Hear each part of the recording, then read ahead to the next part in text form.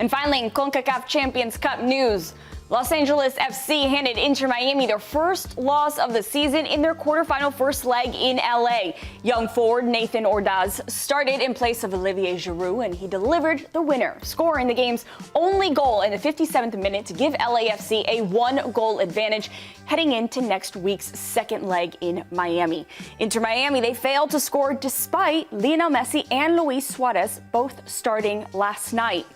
The night's other quarterfinal first leg saw the Vancouver Whitecaps play Mexican side Pumas to a 1-1 draw, with Brian White and Coco Carrasquilla scoring the goals. The second place for them takes place in Mexico City. Now let's talk more about all this action, especially the game between LAFC and Inter Miami. We're going to bring in our CBS Sports MLS insider, Tom Bogert. Tom, thank you so much for joining us. Of course, we got to talk about this LAFC game because they just handed Miami their first loss of 2025 of the year. I mean, what was different about this LAFC team yesterday that they were able to get the job done when nobody else has been able to do so? LAFC matches up really well against Inter Miami. Inter Miami want the ball. Inter Miami want to dominate and play moving forward with possession. LAFC doesn't want possession. They want to hit you in transition, which is how you get at Inter Miami. So they did that very well.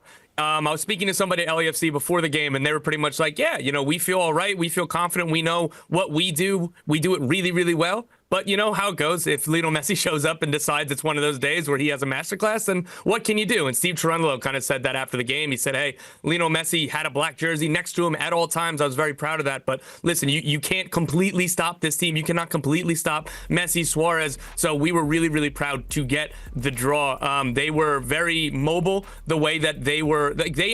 They had more touches than Miami in the penalty box. So while they conceded possession, they did not concede field tilt. And this was a vintage LAFC performance. Nathan Ordaz got the goal. He was very good. A mobile front line player makes more sense. Olivier Giroud coming back from injury. Unused sub off the bench. That continues to be a big, big story to watch. But one more note on this. So Nathan Ordaz scored the goal. In the first half, I don't have any idea how he was not sent off.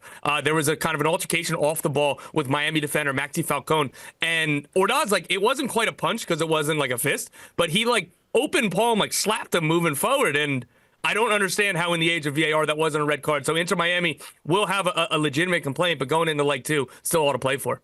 Yeah, it was a very physical, intense game. I mean, what does this set up for the second leg heading into next week in Miami? What kind of game are we going to see play out? I think it's going to be more of the same. It's going to be LAFC trying to, you know, maybe not quite sit deep, but it's going to be a mid-block. It's going to be, hey, you guys have the ball. You can pass it around the back. We're going to try to clamp down on Messi, on Suarez, eliminate space for Jordi Alba getting up the left. And then when you guys lose the ball, we're going to hit Denny Mwanga in transition immediately. So more of the same. We'll see. I wouldn't bank on Inter Miami getting shut out twice. It is more important to have shut them out in the this first one because away goals is still the tiebreaker in CONCACAF. So that was very, very valuable for LAFC to win this game 1-0 and keep them off the score sheet, because now if they score that away goal, then that becomes a really big factor in the return leg. I cannot wait for leg two.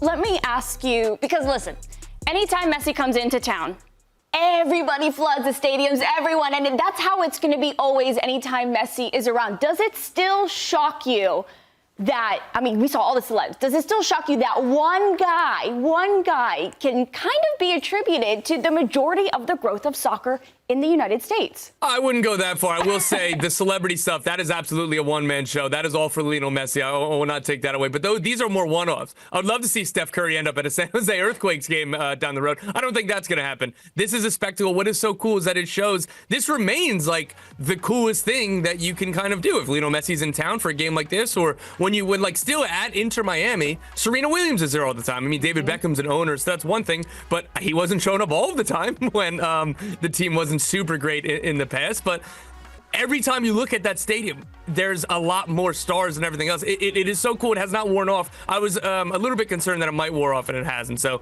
that's been really, really cool. And the Lionel Messi Inter Miami effect. Yeah, listen, I'm still waiting to see Steph Curry at a San Jose Earthquakes game.